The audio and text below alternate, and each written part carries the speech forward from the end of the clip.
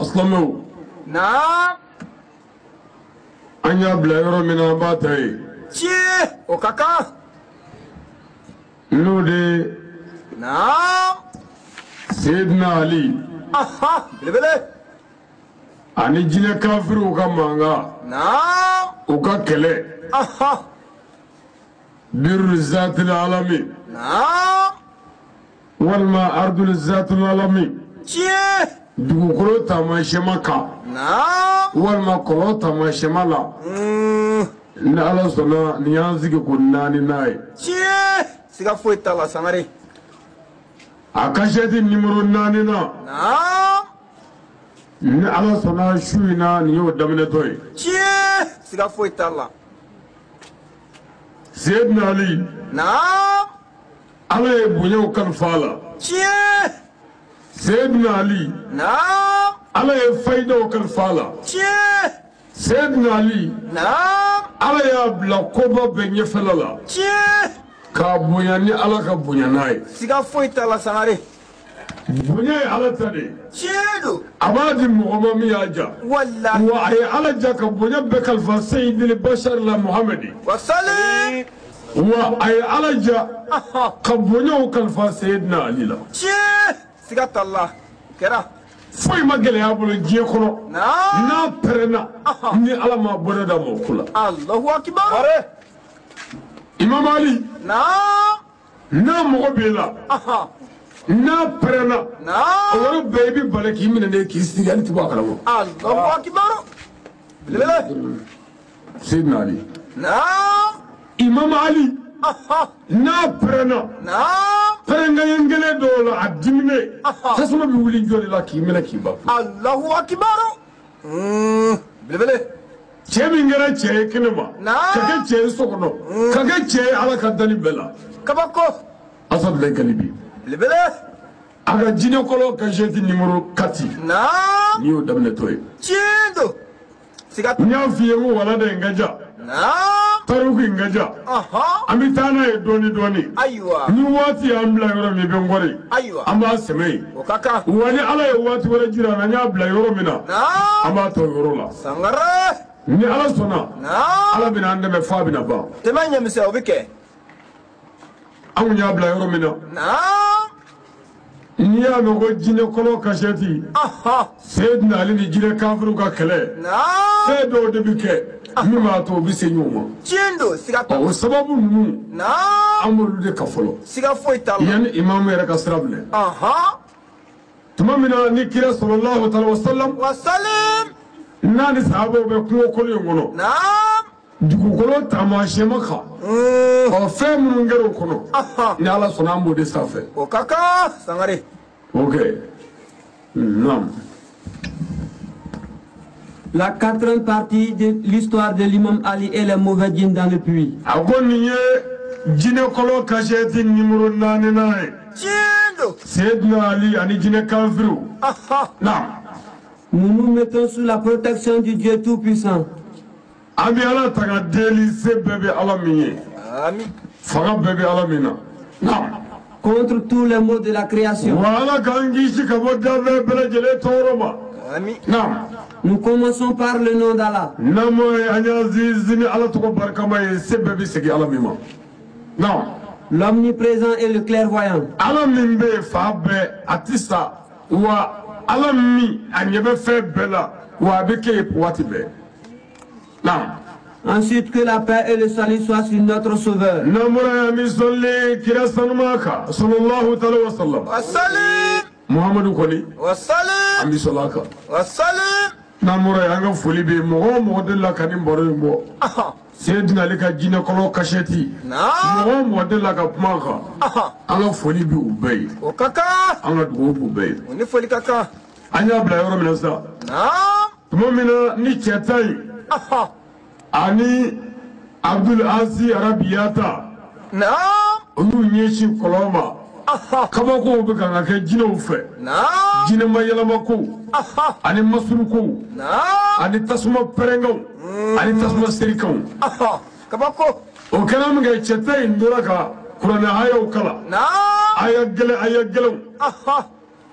Uye ayatal kursi ungala. نعم كاللقد جاءكم ونقلا كقول أعوذ برب الناس كلا كبرب الفلك كلا كقول والله ونقلا لو سورة الإخلاص ويا على توقع جل ونقلا نعم وبلا تصلوا بنياك كتا جينا وبرنغا بيجويا وكلكا بيجويا أيوة كباكو olu bolo fo fɛn kan ka nɔgɔ o bɛ ka gɛlɛya i b'a dɔn min b'o kɛ yan n y'o f'i ye ni sira ye dalilu kɔn dalilu tɛ mɔgɔ ɲɛ ayi sabu i jasira ne yɛrɛ i kan ka dalilu min kɛ k'i lakana o dalilu yɛrɛ kɛtɔ la ala o kula wuzu ninnu tɛ kala ka ɲɛ bilen ayi o b'a sɔrɔ a bɛ tɛrɛ min kan k'a kala k'a cu sumaya k'a bɛrɛbɛ o ma nɔgɔ bilen dɛrɛ siga t'o la o tuma tuma min ni jinɛw ka kabako bonyana cɛ tan in olu ɲɛsin u bɔ yɔrɔ ma k'u bɛ segin u kɔ Abdul Asi Arabiya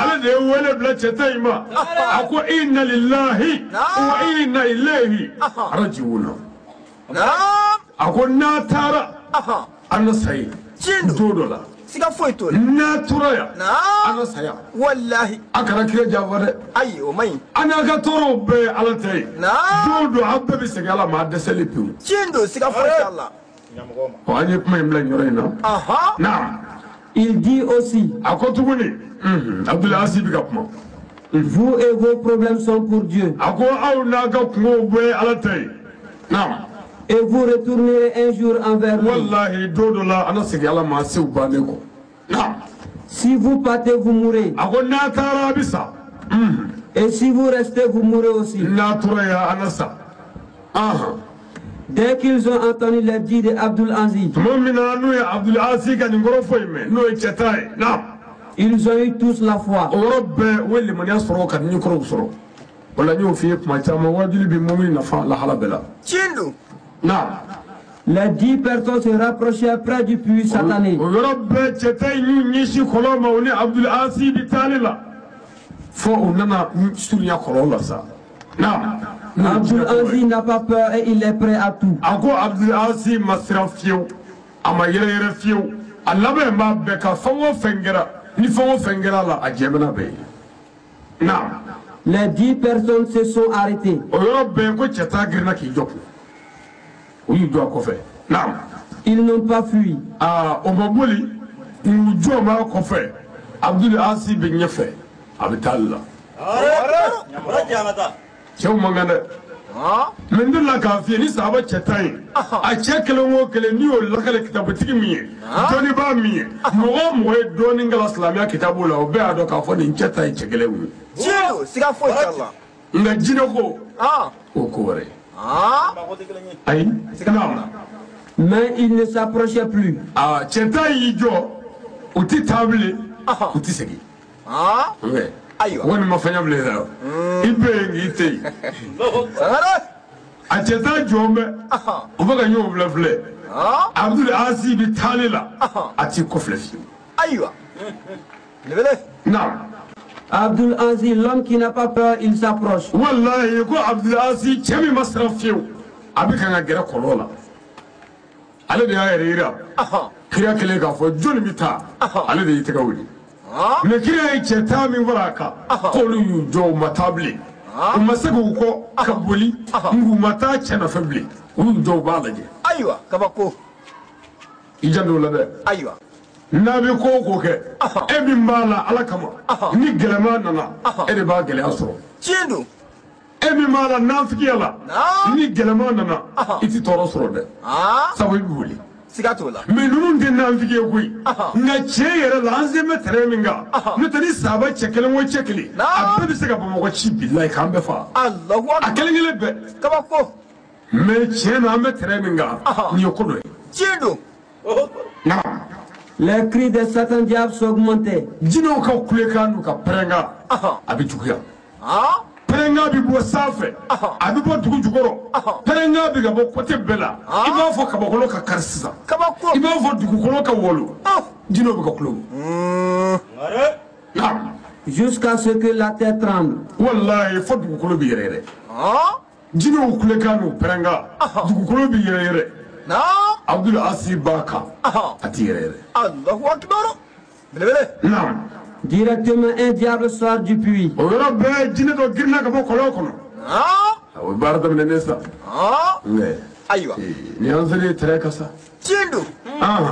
Du nom de faire attention.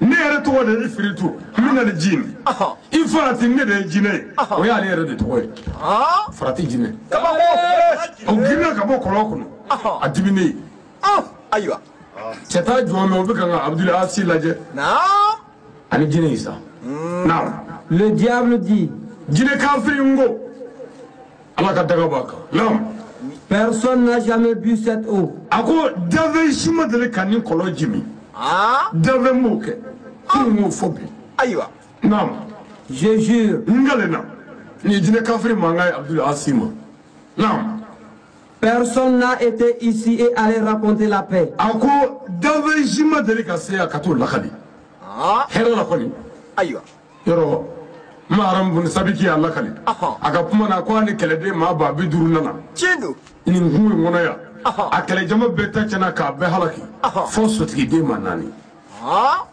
ɔ maa si tɛ na yan ka n'i jɔ nin jɔyɔrɔ in na ka segin ka taa lakali abada ni jinɛ kafiri mankan ye Abdul Asi ma naam Est-ce que vous nous connaissez? est-ce que e b'anw dɔn ko kɔrɔya b'an dɔn kɔni e bɛ ka na est-ce que e b'an dɔn ayiwa kɔrɔ b'i yɛrɛ kalama mais nin jɔn de ayiwa naam Directement, les 10 personnes se sont retrouvées dans une forêt très vaste. o yɔrɔ bɛɛ cɛ ta y'u yɛrɛ ye kungokolon min kɔnɔ sa u siran na olu y'u yɛrɛ ye kɛnɛkolon wɛrɛ kan min ni hali u tun bɛ min kan tɛ kelen ye siga t'a la sabu olu ɲɛ bɛ ko min na sa a gɛlɛyara wa a gɛlɛyara u yɛrɛ ɲɛ o kɔrɔ u y'u yɛrɛ ye u bɛ kɛnɛ wɛrɛ kan min ni kɔrɔlen yɛrɛ tɛ kelen ye fiyewu sabu ko gɛlɛyara olu ɲɛma olu ni min bɛ taa ale la n'o bɛ ɲɛkungo na o ni jinɛ filɛ nin ye sa face à face u bɛ kan ka kuma tiɲɛ don naam Ils ont tous suivi le prophète Mohammed, étant peureux et paniqués. o yɔrɔ bɛɛ u y'u ɲɛsin kira ma k'u bɛ wuli naam À leur arrivée, le prophète a vu leur visage. i filila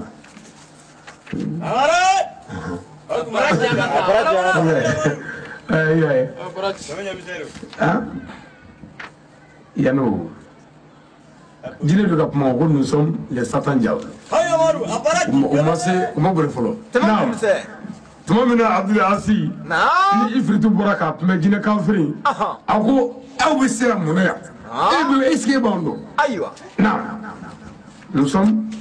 Nous sommes les Satan diables. a ko anw de ye jinɛ kafiriw ye ayiwa anw ye jinɛ jugu de ye ni Ifiritu bɔra a bɛ ka kuma Abdul Asi fɛ naam Qui ont refusé les lois du messager Suleiman. wallahi kabi masa Sulemani tile la anw yan anw ma jɛn n'a ka sariya si ye u ko k'a ye diɲɛ fɛn bɛɛ mara a m'anw mara dɛ a ye fɛn o fɛn fɔ anw ma sɔn o si ma kabako anw de bila kɔnɔ ye dɛ an bɛ yan a mɛnna kabi Sulemani tile la anw murutilen bi yan naam Abdul Aziz discutait avec lui sans y o peur. yɔrɔ bɛɛ Abdul Asi bi pɛrɛ ka d'a la tɛ ka siran ayiwa e ye mun ye ani jinɛ bɛ ka n ka kuma da nin da sa e ye jɔn ye ni mɔgɔ t'e la naam Et il dit, a ko jinɛ kafiri ma je m'en fiche de tes dits. wallahi ne mɔgɔ t'i ka fɔta n'i ka bagabaga la ne ka sira foyi t'i ka fɔta in na i bi yan kabi Sulemani tile o tɛ ne ka sira ye maa ti ji min o tɛ ne ka sira ye maa ti jɔya ne mɔgɔ t'o la mɔgɔ bɛ jɔya ne de ye n yɛrɛ yira ne ye kira ka ciden de ye naam Je suis l'envoyé du prophète Mohammed. wallahi Muhamadu de ye ne bila ka na ne ye n yɛrɛ yira n ko n bɛna kira ka ci la fo n ka na n sen jɔ kɔlɔn la n bɛ taa ɲɛfɔ a ye ni n sera a bɛɛ ka kan naam Je ne recule jamais. wallahi n tɛ segin kɔ abada ayiwa a labɛn bɛ saya kan n'i y'a mɛn ni mɔgɔw ko dɔrɔn ko n ti siran o kɔrɔ ko a jɛmɛ ni fɛn dɔ de ye sira a kan n'o tɛ ala ye n'i y'o ni da a bɛɛ bɛ siran nka fɛn dɔ bɛ yen n'i jɛnna n'o ye sira a kan sira ye fu de ye siga t'o la o la mɔgɔ b'a fɔ yɔrɔ o yɔrɔ n ti siran a jigi dan bɛ fɛn dɔ kan fɛn min ka bɔ sira ye a bolo Abdul Asi ɲɛ tɛ foyi la bilen lahara kɔ tiɲɛ don a ka fatuli kɔ siga foyi t'a o bɔn mɔgɔ bɛ jinɛ pɛrɛnkana wa ayi cɛ t'a jɔ mɛ o bɛ ka n ka filɛ yɔrɔ jan fɛ naam Dans tout ça, quand Ifritu parlait, les étincelles sortaient dans sa bouche. o n'a ta bɛɛ ni jinɛ kafiri bɛ kuma Abdul Asi fɛ tasuma bɛ seri ka bɔ a da kɔnɔ n'a bɛ pɛrɛ tasuma bɛ seri a ɲɛkiliw bɛ minɛ a sɔniw bɛ minɛ kabako a bɛ ka kuma Abdul Aziz fɛ o bɛɛ la naam. Ses yeux s'allumaient avec ses longs ongles. Wallahi ko a ɲɛw bɛ minɛ k'a sɔniw bɛ minɛ a bɛ pɛrɛn-pɛrɛn la a bɛ jama naam. Abdul Aziz avait sa voix au-dessous de lui. Wallahi ko Abdul Aziz bɛ pɛrɛn kuma dɔw la fo a pɛrɛn-kan bɛ yɛlɛ jinɛ ta sanfɛ. E ye mun ye ni mɔgɔ foyi t'i la tasuma bɛ ka na sera a kan nka a bɛ ka n ka jinɛ dɔgɔya. Sahaba cɛta jɔn bɛ ka Abdul Aziz ni jinɛ filɛ bɛ deba la naam. Le Satan diable dit, jinɛ kafiri n ko naam. nous avons maudit beaucoup de descendants ici. I tɛ min kalama anw ye maakɔrɔ mandonkɔrɔ caman ta cɛya k'a caman halakiya k'a caman mago saya jinɛ kafiri y'o fɔ a ye naam. Depuis le temps du messager Suleiman, le fils de David. Masa Sulemani tile la Ibnu Dawuda Dawuda den Sulemana ka b'o ka waati la anw ye maa caman ta tiɲɛ dɛ anw ye groupe caman ta tiɲɛ naam. Abdul Aziz dit aussi, Abdul Aziz y'a fɔ jinɛ kafiri ma n'o ye Ifiritu ye minal jini naam. je m'en fiche de ça. Ne mɔgɔ foyi t'o la n y'a gɛlɛyalen sa dɛ sɔɔni dɔrɔn u bɛ tɛrɛ sara tiɲɛ don naam. Ne mɔgɔ foyi t'o la Je ne bougerai pas d'ici. wallahi ne ti bɔ yan ayi ayiwa ni a bɛ kɛ min a bɛ k'o n'o tɛ yan kɔni Muhamadu kɔni mago bɛ min na fɔ n k'o kɛ walima n ka sa naam. Les 10 personnes étaient en train de regarder Abdul Aziz et le Satan à distance. o diyagoya sa o a ko cɛ tan kɛ bɛ k'u jɔ k'u kankana bɔ o bɛ Abdul Aziz ni jinɛ kafiri lajɛ u bɛ deba la kuma dɔw la cɛ b'i ni k'i bolo su jinɛ ɲɛ la bɛ ka pɛrɛn ɲɔgɔn na naam. Dans peu de temps, un vieux Satan diable sort du puits. o yɔrɔ bɛɛ jinɛ cɛkɔrɔba dɔ bɔra kɔlɔn kɔnɔ cɛkɔrɔba kafiri dɔ jinɛ kafiri dɔ y'o ye naam. Il n'a fait aucune discussion avec Abdul Aziz. a ma kuma caman dɛmɛ ani Abdul Aziz cɛ fiyewu a bɔra dɔrɔn ayi naam. Il a jeté le feu sur lui. a ye tasuma seri Abdul Aziz kan kuma caman t'ale fɛ naam. Il criait fort. a bɛ ka n kulo bɔ kuloko gɛlɛn la n'a kulela i kulo bɛɛ bɛ gere n'a kulela a bɛ k'i na k'i jigira dugu jukɔrɔ bilahi n'a kulela a bɛ kɛ komi kabakolo jiginni kan kabako tasumaw bɛ ka seri ka bɔ a da kɔnɔ a tasuma kulɛri si ni si tɛ kelen ye n'a ye kulokan dɔ kɛ tasuma caman bɛ bɔ a bɛɛ n'a ka kulɛri don bɛɛ bɛ ka seri Abdul Aziz kelen kan kabako cɛ t'a jɔn bɛ k'u filɛ naam. Abdul Aziz s'approche de lui en faisant sortir son épée. o yɔrɔ bɛɛ Abdul Aziz y'i gɛrɛ cɛ la k'a ka mamuru bɔ siran tɛ yen o sabu ale nana min kama f'a ka kɛ tiɲɛ don o de la layidu ko in dɔw ye layidu ta dɔw sara u ta kan dɔw bɛ ka n ka saya kɔnɔ nin ye cɛ gɛlɛn dɔ ye siga t'a la a ye mamuru sama ka bɔ o yɔrɔ bɛɛ k'a ɲɛsin jinɛ cɛkɔrɔba kafiri ma naam. Dans quelques secondes, beaucoup de magies sortaient dans le puits tel que o yɔrɔ la sa mamuru bɔlen a fɛ kojugara koyi jinɛ ma yɛlɛma ko caman de bɛ ka bɔ sisan kɔlɔn kɔnɔ minnu ni minnu tɛ kelen ye a caman kabako i n'a fɔ naam. des corps sans tête. i b'i farikolo dɔw ye kunkolo t'u la olu bɛ ka bɔ o camanba kɔlɔn kɔnɔ ni min bɔra b'i ɲɛsin ale ma naam. Des têtes sans corps. i b'i kunkolo dɔw ye farikolo t'u la fiyewu kunkolo jalani bɛ pɛrɛn-pɛrɛn la a yɛrɛ ma farikolo foyi t'a la ka ɲɛsin Abdul Aziz ma naam. Des têtes sans cou. i b'i kunkolo dɔw ye kan foyi t'u la mɛ kunkolo filɛ nin ye wa kan t'a la wa a bɛ pɛrɛn la a yɛrɛ ma tasuma bɛ seri naam. Des coups sans tête. i bɛ kan yɛrɛ ye kunkolo foyi tɛ k'a la kanku n'i bɛ ka na ten ka ɲɛsin mɔgɔ ma mamuru bɔlen koto jugara naam. Des pieds sans corps. i bɛ sen fila ye taama la farikolo foyi t'a sanfɛ senni fila kɔni bɛ ka na wa n'a fɔra k'u k'o kɛlɛ o kɛlɛ ma nɔgɔn siga t'o la i b'o kɛlɛ a fa jumɛn na fo n'i ye sen tigɛ naam. Des corps sans pieds. i bɛ farikolo dɔw natɔ ye wa sen t'a la kurukutu fila bɛ ka na mais c'est foyi t'a duguma kabako non des djinns qui marchaient sur les têtes. I bɛ jinɛ a ye jinɛ caman bɔlen kɔrɔ kɔrɔ u bɛ ka wuli o kunkolo kan ka munumunu o kunkolo kan dɔw bɛ pani cun kɛ kunkolo kan dɔw bɛ ka kunkolo wuli comme kɔtɛ a bɛ ka na ɲɛsin Abdul Aziz kelen ma cɛ t'a jɔ mɛ yɔrɔ jan fɛ u b'u filɛ tɛ se ka gɛrɛ o non Et tous ces magies criaient par des différents cris. a ko o jinɛma yɛlɛmafɛn ninnu bɛɛ bɛ ka kule bɔ a si kulekan ni si kulekan tɛ kelen ye wa bɛɛ pɛrɛnga a bɛ kɛ komi i sɔ tigɛli kɔnɔ bi la subhanallah tasumaw bɛ ka seri a tasuma si ni si tɛ kelen ye nin bɛɛ bɛ ka kɛ Abdul Aziz kelen la a ma lamaga fiyewu ka bɔ a jɔyɔrɔ la non Des étincelles sortaient partout.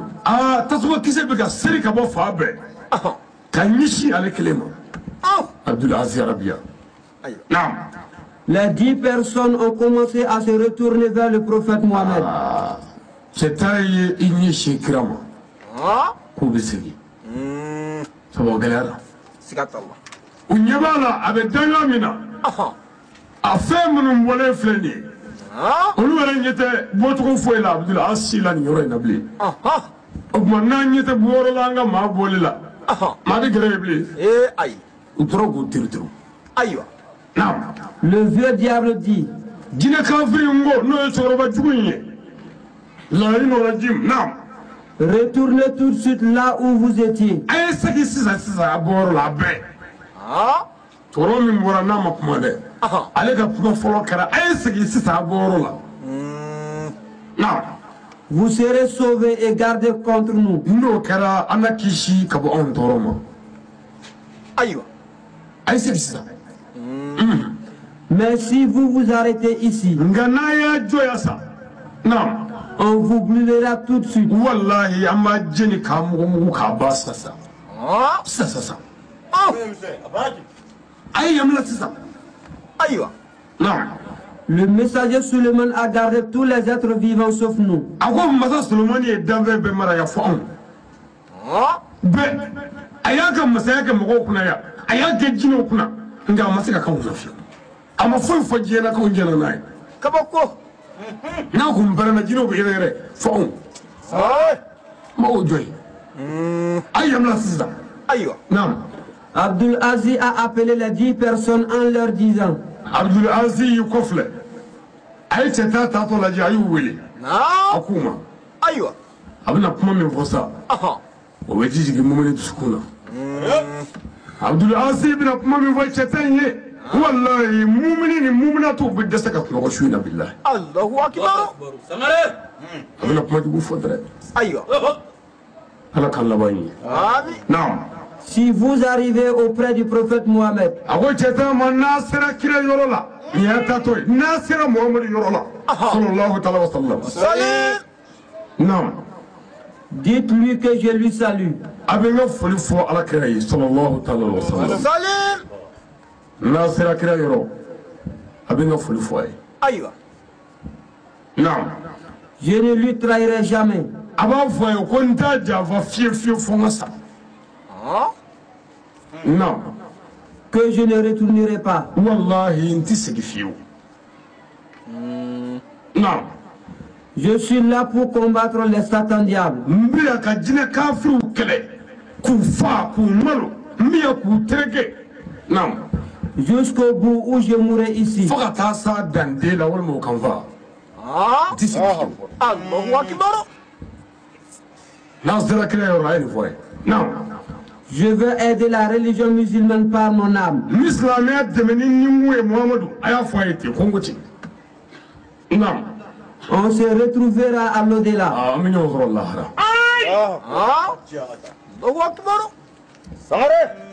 an bɛ ɲɔgɔn bɛ lahara sa non Rendez-vous à l'au-delà. a ko an ka ɲɔgɔn bɛ lahara ɲɔgɔn bɛ lahara ye cɛ ta in segintɔ kira yɔrɔ la Abdul Aziz de ye nin bagan in f'u ye n'a sera kira ma a bɛ n ka foli fɔ a ye a b'a fɔ a ye ko n bɛ yan n t'a janfa n bɛ yan n bɛ silamɛya dɛmɛ ni nin ye n bɛ yan n bɛ kafiri jinɛ kafiri ninnu fa والله مكمبا الله أكبر كون يوم مبلغ الأسلام لا غير دولا الله نعم Abdul Aziz s'est retourné vers le vieux Satan. ورب ممي أكلب مينا أيان يبغى تطالع أي نيشين كافر ما توربي نعم En lui frappant avec son épée. أنا كم بمرو أياو بشين بمرو شنغلي أي جيني توربي بشين بمرو شنغلي بشين جلنا فقارك بقولها نعم En même temps, il est tombé sur terre et disparaît. أياو بشين ميجا ورب جيني توربي بنتكما أبينا دراتنا الله أكبر نعم Abdul Aziz pensait qu'il était mort. أقول عبد العزيز حق الله كو أبو ولي أصلا جاي يلا أيوة نعم Dans un instant, il est revenu. ورب سوني أنا نقول نتقول ولا من نتقول كروليكو كما كو نعم Beaucoup de magie sortaient encore dans le puits. كما كورو ولا كرو منو كرولي رتكلني فيو دافجي ورو منو نيما دليكو يكلو ما دليكو ألو ببرا كنيشي علي عبد العزيز كلمة سبحان الله شتا ينغوكو بتا ودسكو مسكا تانوي ولو جو رجع فسا وبك غفللك يا عبد العزيز الله أكبر نعم Abdul Aziz ne recule jamais. أقول عبد العزيز مسكي كفيو أما سرم فيو أما يرير فيو نعم Les Satan diables ont encerclé Abdul Aziz. ورب جيني كافر نانا عبد العزيز كوري جيني تدوبو جيني كافرو أي توربو لا دمسون وننا كورمي ورب أنا جيني ما يلا ما بارو أنا يكتا فابي جيني كرب أنا كفلا بي الله أكبر نعم En lui jetant le feu. أبلا جلبي جنيو فيك تسمى سريسراكا وتسمى سراكا تسمى كيروكا كابو تسمى سبحان الله نعم Les flammes du feu ont pris tout son corps. تسمى يا فايف هابي مني وبقى تسمى سراكا ترو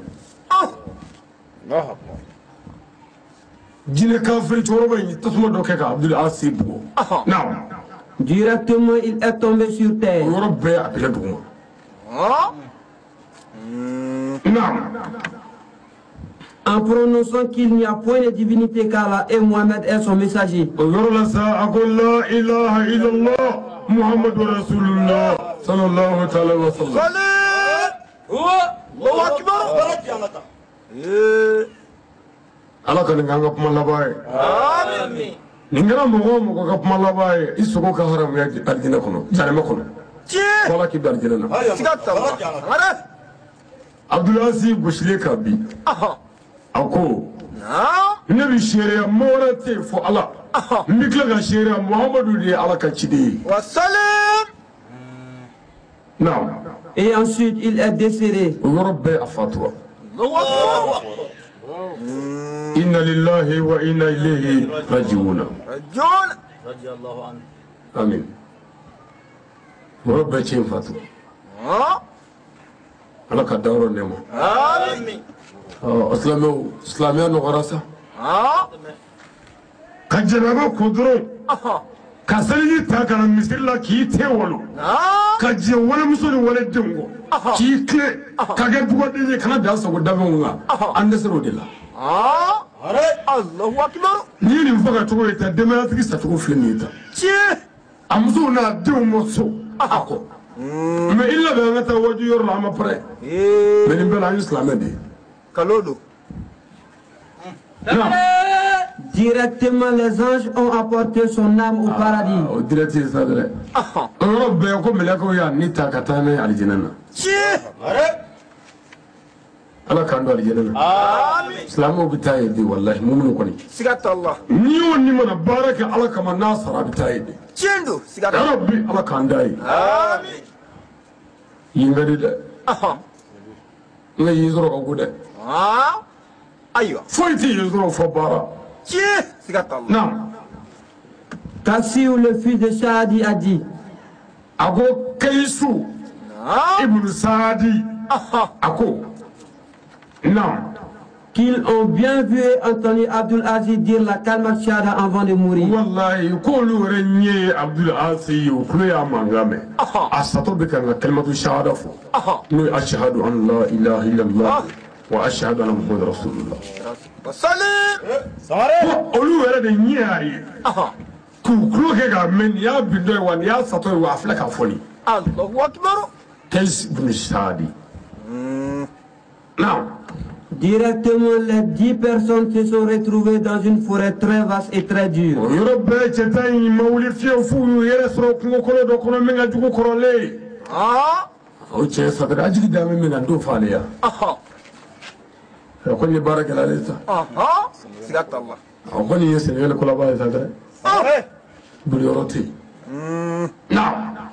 Ils ont tous suivi le prophète Mohammed étant peureux et paniqués. Wallahi, bulla kana kunyeshi kirama. Kunana kira yoro. Ujawlile jatgele habala jawlile. Fuituni fatoche, different fuituni fatoche kulchikuko. Subhanallah. Achetabre. Non. À leur arrivée, le prophète a vu leur visage. Usele ça. Kira unyeda laje. Non. Ils étaient tous déformés par les mauvais djinns.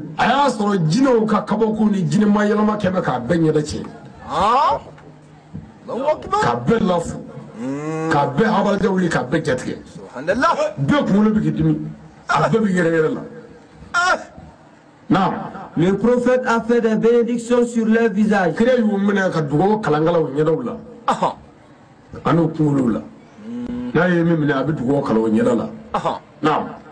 Et sur les têtes. Jusqu'à ce qu'ils se sont retournés.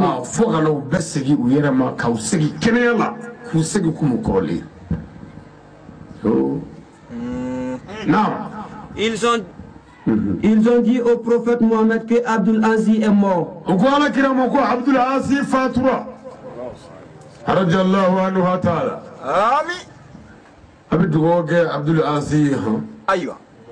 Ayakira amin ayakira jigitu gudre Chindo abita dro min China ala kire sahabo nyini nga muhajirin non ansaru be farre nyonga ko joni mi wuli kati se jokoro tindi ka kana fai teshima ira foni njakili Abdul Aziz bin Arabiya chi sare akumita sisa akile me kira sorla ka fo wo mi chetandi ma alul mu yira Allahu akbar ino bitanyo be Chindo Abdul Aziz tarani limanade ani ala danade me cheta tarade kire yanchi sigata Allah nana anin chira samilinda de kelonde ni nana ni mingere ba ku ni chira ni toro isro bi jigi chibala sigato la are abarachi kelala nana kire ro me kire kale ka dugo kala kulula unyo yelele ko labe kanye usurla ku kanu krama ko Abdul Aziz fatu non que les mauvais djinns l'ont tué. Ko jine kafru Abdul Aziz fa non Directement, le prophète a pleuré très dur. Rabbe Muhammad kashira kashim ngagele la kira torola kafo Abdul Aziz fara jine kafru fe amma bakrama Allahu akbar agelera fo ase gelea ke vezila Abdul Aziz saya kira fo kira biskisiki jabbar ça non Tous les disciples ont pleuré. Rabbe ansaru lil muhajirin bakashira sotgide anaga chemkan fla fazari bari fazari diun bakashira Allahu akbar kutubata bakashira sigata Allah non Les 10 personnes ont rencontré tout ce qui s'est passé là-bas. Chetaï mawuli fiyo foué lakaleke ala krey sallallahu ta'ala wa sallam salim ani sahaba bay fe minu mesraka mamudu andale نيورينا أنزل يردنا نمي نينجرانا أبلا عبد العزيز كتا أندارتا أو مامي أنقول ميجا يومولي أندرا كتاتا أنا نسي نيورينا تا نميا ويا بلا كلي على كريا كتقولا الله أكبر. نعم. Ils ont dit aussi, وقال كرامتهم ô prophète de Dieu, يا لك كرام محمد صلى الله عليه وسلم. نعم. avant la mort d'Abdul Aziz, أقول يعني عبد العزيز كفاتوليتشي ومكان أقوم كرافة. نعم. il t'a salué et dit, أقول كابيفو أيك فوليتشي جو أنفه كوانغا ناكا فولي فيه وأقول كوانغا فيه كو. نعم. qu'il ne te trahira jamais jusqu'à la mort. والله كاتي جافا فوكسا. الله أكبر. أيوة فاي. نعم. qu'il n'a jamais eu peur. كاتي سرا بدا أما سرا فيو. سكت الله. مني ميكيوغي كأنه تأتي سكا كوفي. نعم. qu'il ne reculera jamais jusqu'à la mort. والله كاتي سكا كوا بدا فوكسا. سكت الله. نعم. Ô prophète de Dieu, يا على كرام محمد صلى الله عليه وسلم. شتاي ميكان غفما. c'était l'avant-dernière parole d'Abdul Aziz. أكو عبد العزيز ما لبا منفو يانوتشي أين نفو. أيوة. أكو أنينغا بمي مغفى أما دور فوبلي كلمة شهادة. تشيندو. nga nne kera ka aw ni aka kuma laban ye aw kuma jinɛw kɛlen kɔfɛ ka gosi tasuma na a bilen sɔrɔla ka tawhidu fɔ. naam. Le prophète Mohammed dit, ala kɛra k'o yɔrɔ la sa n'i y'a sɔrɔ a tɔɔrɔ la sabu kira y'a dɔn cɛ min y'a bolo wuli Abdul Aziz bun Arabiyata nin ye cɛ dɔ ye. سكت الله. wa sahabaw ye ci lakale cogo min kira ye kira y'a dɔn a ye baara kɛ. سكت الله. jɔn da y'i se yen. والله. kira y'a dɔn Abdul Aziz y'a se kɛ. سكت الله. kira k'a ye nin ye denbayatigi fagalen ye jinɛ kafiriw fɛ. jinɛw fana ye ko wuli dɛ. ولا ولي. u ye ko wuli. nin kɛra min kɛ kira tɔɔrɔ la ka juguya a bɛ dimi ka taa mɛ n'i y'a sɔrɔ sahaba bɛɛ tɛ yɔrɔ in na. ayi. أيوة. sahaba dɔw kun bɛ ci wɛrɛw la ani kɛlɛ wɛrɛw fɛ. o bɛɛ bɛ kɛnɛ kelen in kan ye. nka dɔw bɛ kote wɛrɛ la olu ma se mɔgɔ ninnu ka kuma olu m'o lamɛn. أيوة. Seydina Ali b'o la. naam. je jure au nom d'Allah le Tout-Puissant. ngale na ala la se bɛɛ bɛ segin ala min ma ni Muhammadu mankan ye Abdul Aziz ka saya kɔfɛ. naam. je vais leur envoyer un homme. ne cɛciw ma se yen. n'a cɛciw ma se yen jinɛ kafiri ninnu ma se yen. cɛ dɔ. أيوة. naam. l'homme qui n'a jamais eu peur. cɛ min ma deli ka siran yɔrɔ t'ale la fiyewu. segukɔrɔ yɔrɔ t'a la fiyewu. min o cɛciw ma nin se yen. naam. l'homme qui ne voit rien sauf Dieu. cɛ min ɲɛ tɛ foyi la ni Alahu Taala yɛrɛ tɛ n'o ciw ma se yen. naam. et son prophète. cɛ min ɲɛ tɛ foyi la ni Muhammadu yɛrɛ ka ngo tɛ n'o cɛ ciw ma se yen. naam. l'homme qui a son nom très élevé. a ko cɛ min tɔgɔ kɔrɔtalen don ni tɔgɔ bɛɛ ye cɛ min ka bɔ cɛ bɛɛ ye cɛ min ko ka di ala ye ni cɛ bɛɛ ye cɛ min dafalen don ni cɛ bɛɛ ye walahi n'o ci jinɛ ninnu ma se yen. naam. l'homme qui est très fort. a ko cɛ min bolo ka gɛlɛn n'a tɛ siran fiyewu n'o ciw ma. naam. l'homme qui est puissant par la grâce de Dieu. a ko ala ye fanga dɔ cɛ min na ala ye barika dɔ cɛ min na ala ye kolokɛla dɔ cɛ min na walahi cɛ min n'a ko a bɛ min kɛ a b'a kɛ ni ala sɔnna. الله أكبر. n'o y'o ciw ma se yen. kabini a si fa a ne cɛ ciw ma se yen minnu tɛ fila ye fiyewu. naam. le prophète dit encore. kira ko tuguni. naam. le bon signe de l'islam. a ko silamɛya jiri feere jiri filabulu ɲuman n kɛlen na ala la n'o ciw ma se yen. silamɛya taamasiyɛn ɲuman n'o ciw ma se yen. silamɛya jogoba n ko n'o cɛ ciw ma se yen. silamɛya pɛntiri n'o cɛ ciw ma nin se yen. silamɛya dɛmɛ silamɛya kɔkɔlo ani silamɛya nguloma walahi n'o ciw ma se yen. naam. les bonnes fleurs de l'islam. a ko silamɛya jirisun filɛri tu ɲuman i n'a fɔ nɔgɔforo labɛn de a filɛri ɲumanw o tuma silamɛya kɔnɔ cɛ min bɛ ten n'o ciw ma se yen. k'Abdul Aziz fa a tɛ to ten. نعم le fils de mon tonton. والله نم بناك ديتشوما نم بناك ديتشوما نعم L'imam Aliou. نو سيدنا علي إمام علي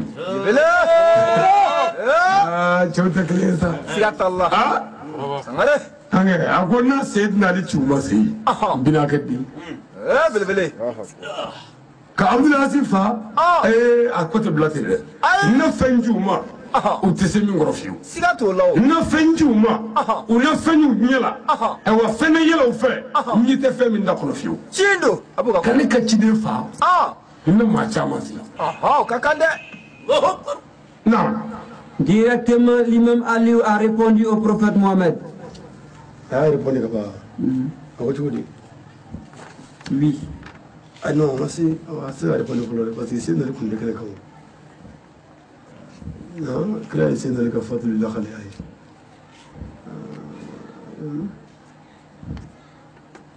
Allah comme ça. آمين tuma min na ni lakalla kira ye ni kira ye ni layidu ninnu da ni y'a sɔrɔ seyidina ali yɔrɔ ka ɲɛ dɔɔni tuma min na seyidina ali nana sa kira sɔlɔlahu taala wa salam سليم a ye abdul asi ka fatuli de lakali seyidina ali ye kaba ko ali ma ko abdul asi fatura نعم o yɔrɔ bɛɛ ji wasiji cɛjugu bɛ ka jigin a tama kɛrɛ fila fɛ الله أكبر seyidina ali ɲɛ yɛlɛmana o yɔrɔ bɛɛ ka kulɛri falen a jɔlen bi yɛrɛ yɛrɛ la dugu ma fo ka a surunya dɔɔni a bɛ dimi fo ka funu ka taa بلبلي o yɔrɔ la seyidina ali tɔɔrɔ kɛ sahabaw ko k'u ka b'u daba o ma deli ka ali ye tan الله أكبر o m'a ye a bɛ dimi nka nin don abdul asi ka fatuli fɔli ala kira fɛ seyidina ali nalen ye sisan ko n'i y'a filɛ i b'a sɔrɔ a diminen don n'i ɲɛ bɔ a la k'a filɛ i b'a sɔrɔ a ka jugu kɔrɔlen وربا ورا جبارة a dimina a diminen tora ka mamadu filɛ a ko mamadu bɛ i bɛ mun kɔnɔ أيوة i yɛrɛ ye yan Merci pour la. Directement. Parfait.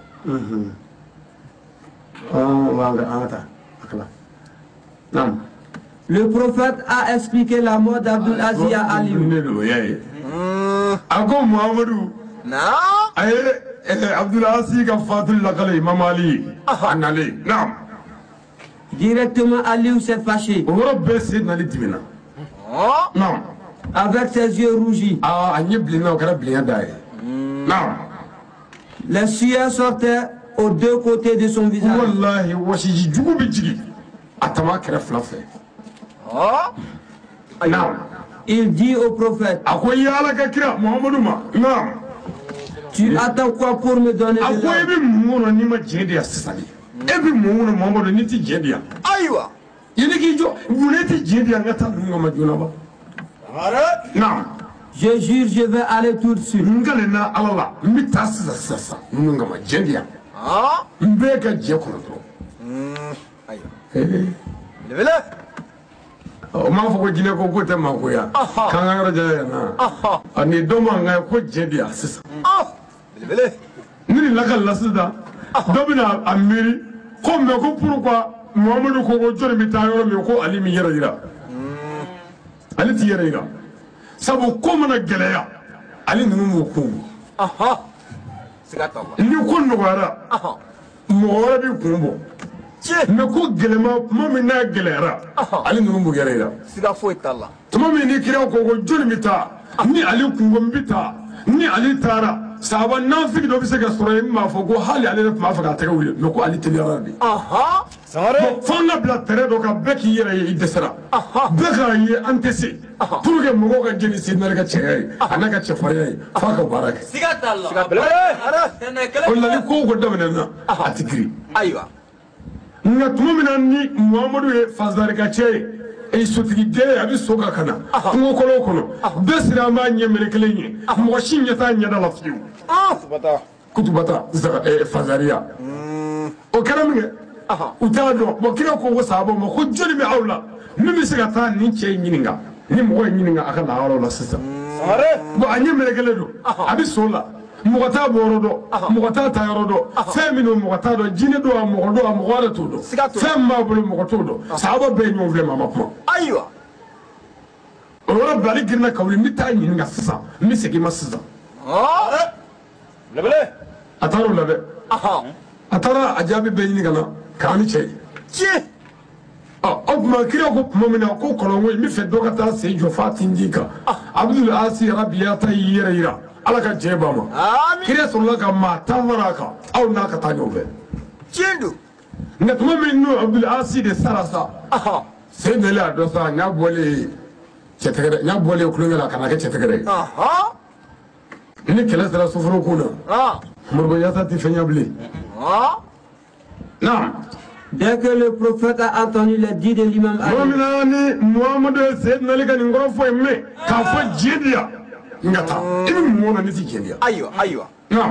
il était très content.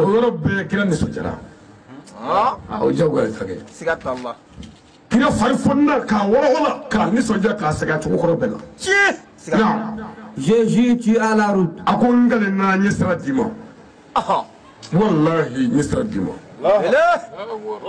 Non. Le prophète a dit, je te confie à Dieu.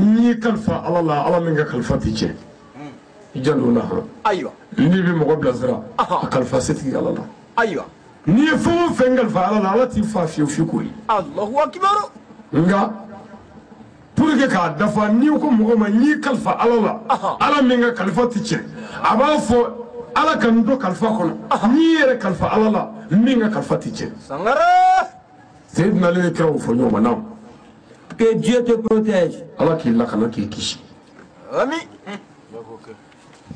nam je jure abone kalena wallahi nam je sais très bien que tu peux les combattre ne ba do ebsega nun tache kufa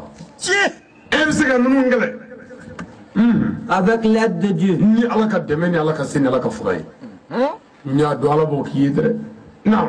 Oh Aliou,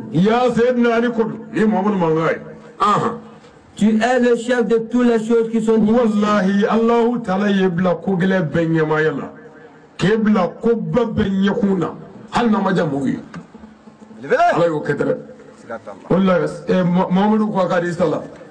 J'ai nommé Aliou, le fils d'Abba Tolébé comme chef.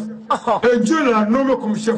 Et vous qui accepterez que moi, Mohamed, je suis votre chef, Aliou est aussi votre chef.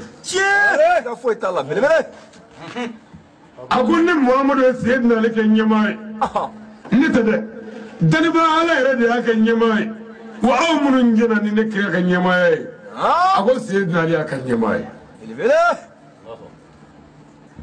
Ma ako alima ko e blame ko ba benye fe islamia do islamia taw songo fenga gele no yo ko bay essayer de aller blame benye fe ala fe c'est la faute Allah c'est le fou foko il est belé non mais les 10 personnes qui étaient avec Abdul Aziz Rabiata abina kuma dugu fosare kuma dugu zizra ala kira ko chetami nolu ni Abdul Aziz Rabiata kun dara folo non.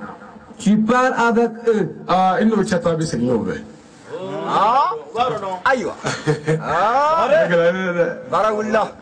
Il y aura un gars Sigatallah. Sangare.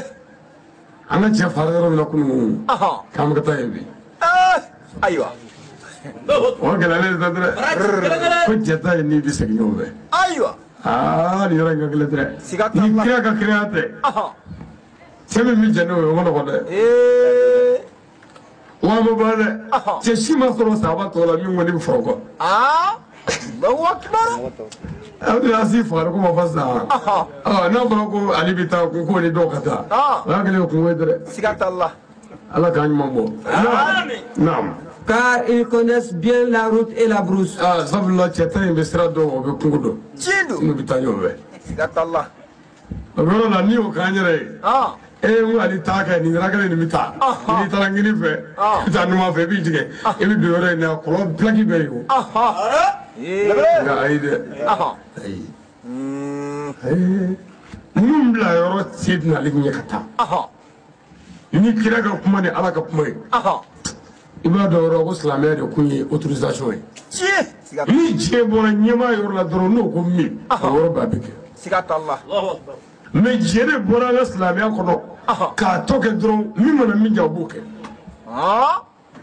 fo silamɛw ka kow ta asulu la mais silamɛya asulu ye Ala de ye Ala yɛrɛ asulu kɛra kira ye kɛnɛjala kan yan mais kira asulu fana ye Ala ye Ala ni kira bɛɛ ye asulu kelen ye a ma kira kɔfɛ sa wajulikɛla tiɲɛtigi karamɔgɔ tiɲɛtigiw tiɲɛ don olu fana ye asulu ye olu ka asulu fana sinji ye kira ye kira ka asulu sinji ye Ala ye o tuma i bɛ da olu la ka tugu la n'olu ko n ko baara ɲuman de ladiriya la a kɛ sangare tɛmɛ ɲɛmisɛn nka n'a ba ninnu tama o y'a ba de kira tama dɛ o la kira ka sariya ko mɔgɔ o mɔgɔ ye dɔnnibaa dɔgɔya i ni Mamadu dɔgɔya tiɲɛ siga t'a la n'i ye Mamadu dɔgɔya i ye Ala dɔgɔya siga t'o la wa n'i ye Ala dɔgɔya k'a kalenna i bɛ jeni lahara mɔgɔ o mɔgɔ ye dɔnnibaa bonya i ye kira bonya tiɲɛ dɔnnibaa bonya ka dɔnni kama hali ni silamɛ tɛ a bonya dɔnni kama ayiwa mais kana tugu a la a ka walijugu la o man ɲi nka i b'a bonya o ka kan o Seydina Ali ka ɲɛmaaya anw b'a fɔ yan an kɔndanen kɛlen ka kiri dun k'an fa sagasogo ɲiminen k'an fa boisson minen k'an fa anw b'a fɔ yan ko Seydina Ali ka ɲɛmaaya ko an ma jɛn n'a ye anw b'o de fɔ yan n'o tɛ ni kɛlɛ don saaba bɛɛ jɛnna n'a ka ɲɛmaaya ye siga foyi t'a la sangare kɛra o ni kɛlɛ don ansaaru ni muhajirina bɛɛ jɛnna n'a ka ɲɛmaaya ye tiɲɛ siga t'a la sabu an filɛ kɛlɛ min kɛ cɛ si tɛ se ka kɛlɛ bilen ayi abada ko bilen don kɔni o ŋana dɔn n'o yɛrɛ siga t'o la o tuma an ti fɛ o y'a nɔgɔyalen ye musow kɔrɔ de n'o tɛ n'a gɛlɛyara a bɛ kɛ n fɛ sabu n'i y'a da ni cɛ ye n'a tɛ ni ne tɛ a ti balo ni ne ko min a b'o kɛ walayi siga t'o la o siga t'o la nka n'an bɛ musow kɛrɛfɛ an bɛɛ kelen kɛ ne yɛrɛ ka bɔ nin ye dɔɔnin sabu musow kɛrɛfɛ mais kutuba kɛra ka yɛlɛ alimami Ali kama k'a dɔgɔya k'a nɛni misiriw la k'a dɔgɔya k'a nɛni diɲɛ fa bɛɛ ka san caman k'o la nin tɛ bɔ yen nin tɛ ɲuman ba yen nin tɛ laadiri ba yen nin tɛ sɛbɛ ba yen u y'a dɔgɔya k'a nɛni ka diɲɛ kan bɛɛ da Imam Ali ka misiri kɔnɔ n'i ma a tɔgɔ dɔn i ka kutuba la k'a dɔgɔya o b'i sisibɔn ka bɔ kutubako la Seydina Ali mais o Seydina Ali de ye Muhamadu ɲɛji cɛba ye lahala bɛɛ la cogo bɛɛ la o Seydina Ali bɛ silamɛya dɛmɛ lahala bɛɛ la cogo bɛɛ la cɛw sirannen jatigɛlen yɛrɛyɛrɛlen Imam Ali bɛna sira minɛ sisan ni cɛw ye ni fɛn min bɔr'o la ni Ala sɔnna i bɛn'o ye naam L'imam Ali dit Seydina Ali ko yɔrɔ in na c'est bien fait a ko baara kɛcogo ɲɛna Allahu akbar baara ɲɛna dɛ Ali s'est préparé et monté sur son o yɔrɔ cheval. bɛɛ Seydina Ali y'i labɛn ka yɛlɛ a ka kɛlɛkɛso kan a y'i labɛn n'a ka kɔtɛrɛw n'a ka nbamuru ye naam Étant confié à Dieu le Tout-Puissant, a y'a kalifa Alahu Taala la se bɛɛ bɛ segin Ala min ma fanga bɛɛ laban ye Ala min ye kɔni naam les 10 personnes sont devant lui. a ko cɛ ta a y'o ɲɛ minɛ ka bila a ɲɛfɛ a ko cɛ ta ma a ye bila ɲɛfɛ ayiwa cɛ ta bɛɛ bolonkolon don hali gabakuru t'u bolo nbamurutigi ye Seydina Ali kelen pe yen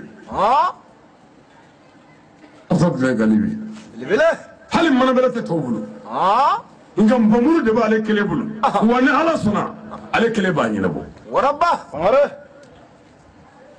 Fatumatu Zahara furukɛ sanuma Imam Ali naam À lui le suit jusqu'auprès du lieu dangereux des diables.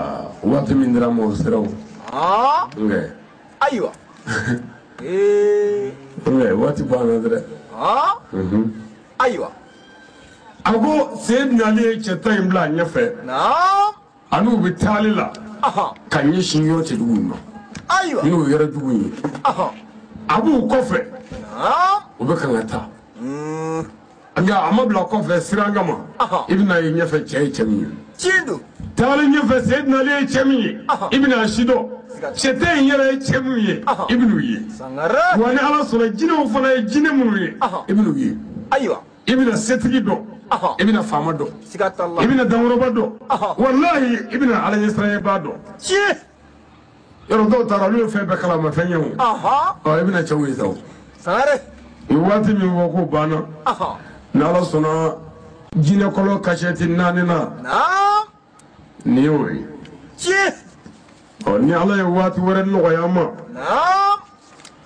ni ala sɔnna an bɛ ɲɔgɔn sɔrɔ yan ni sigiyɔrɔ kelen la ka kasɛti 5nan kɛ Seydina Ali ani jinɛ kafiriw ye ɲɔgɔn sɔrɔ cogo min na alhamdulillah an b'o ko kɔnɔna na o bɛna ɲɔgɔn sɔrɔ ka ban n'o ye ɲɔgɔn sɔrɔ baara min mana b'o kɔnɔ o tɛna dogo a si la fo ka taa se ko laban ma i b'a cu sumaya nɔfɛ wa walada kɔnɔ ni lafiyara n bɛ to ka fara ka kayide dɔw d'i ma ka faamu dɔw d'i ma i k'i ta yɔrɔ dɔ ka silamɛya kɔnɔ Seydina Ali ye nin bɛɛ kɛ a ye karamɔgɔ ɲininka k'a sara mini u y'a faga misiri kɔnɔ de o b'i jigi tigɛ selila wari la han ka seli ka nbamuru kɛ ka Imam Ali kun ci k'u fɔ misiri la ka tila k'a fɔ k'i ye silamɛ ye o tun b'a kamanagan dɛrɛ